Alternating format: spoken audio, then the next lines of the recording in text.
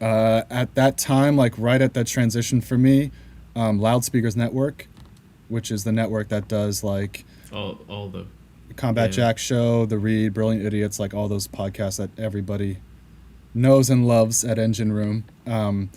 It's like when they started transitioning. At the time, it was only Combat Jack Show and The Read, and maybe Fan Bros.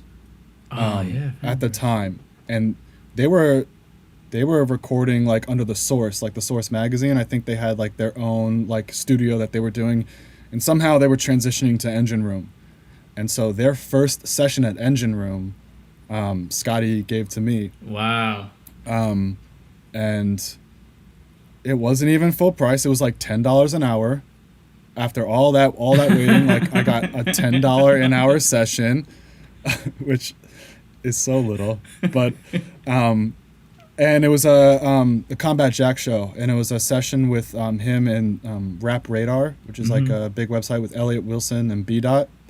And so they came and they did like a 2-hour episode podcast. I had never done a podcast before. I'd never done a session at Engine Room. And after the session, I went to go like hit stop on Pro Tools. And when I hit stop, there was no audio files in Pro Tools. What? Like there was not one audio file. And so I sat there and I instantly like, Oh you know, God. of course my heart like dipped into my stomach. And at the time, I don't know if you know Ivan. Yes. I But do. Ivan was like the one who kind of was like coaching me and like training me in these rooms. So I grabbed him and I was like, yo, bro, I don't know like what's going on. And, you know, part of it, I guess my mistake, like I had the mix window up during tracking. So like you didn't see the files, and you know how they set it up at Engine where like you leave and come back and leave and come back. And so I started looking through, and I remember sitting there with everybody in the room and knowing that there was no audio files. Like whatever just happened was not a thing. This 2-hour interview, their first session at Engine Room, my first paid session, and I was kind of doing the blank, like just like at the computer screen, staring at the Finder window, knowing that there's no file, like just thinking about how I'm going to say this. And I remember like I said it out loud, and I was like, something happened, something glitched, and I still to this day do not know like what happened. And I was like, there's no audio files. And the two guys, like the guests, like B Don Elliot Wilson, got like real pissed, got out of the room, like started cursing, like walked out the room. And Combat, who was not a small guy, you know what I mean? He was a big guy. He was a big attorney. He signed like Jay-Z's first contracts. He was an editor at the Source, Matt, like not a nobody, you know, just sitting there next to me. And I kind of was like, there's no audio files, man. Like, there's no episode.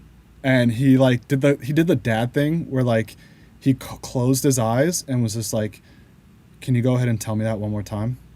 And I was like, oh my God, he's gonna beat my ass, like he's gonna kill me. And I was just like, there's no audio files. And he just like did a breath and like just stood there in silence. And I was like, Oh fuck. oh God, I'm about to get destroyed, dude. Like in my head I was like, I'm never getting a session again here. Yeah.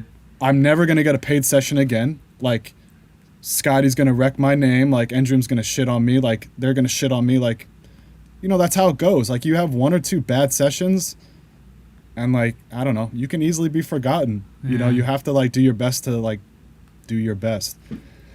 And then he kind of just looked at me and like the super calm voice was just like, all right, like, we'll try this again next week.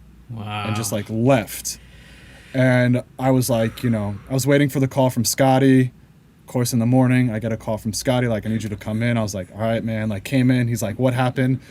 And I was just ready for him to tell me, like, you know, you're not ready or whatever. And he's like, they're pissed, but, like, they want to come back. And, you know, he said he's still, like, okay to, like, work with you.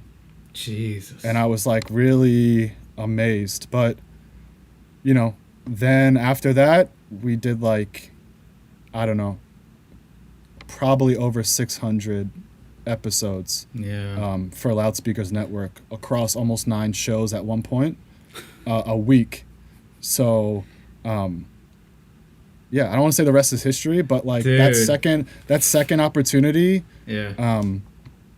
changed it for me, because then that helped me put me on the map for like, you know, at least podcasting work, and just like really start to build up.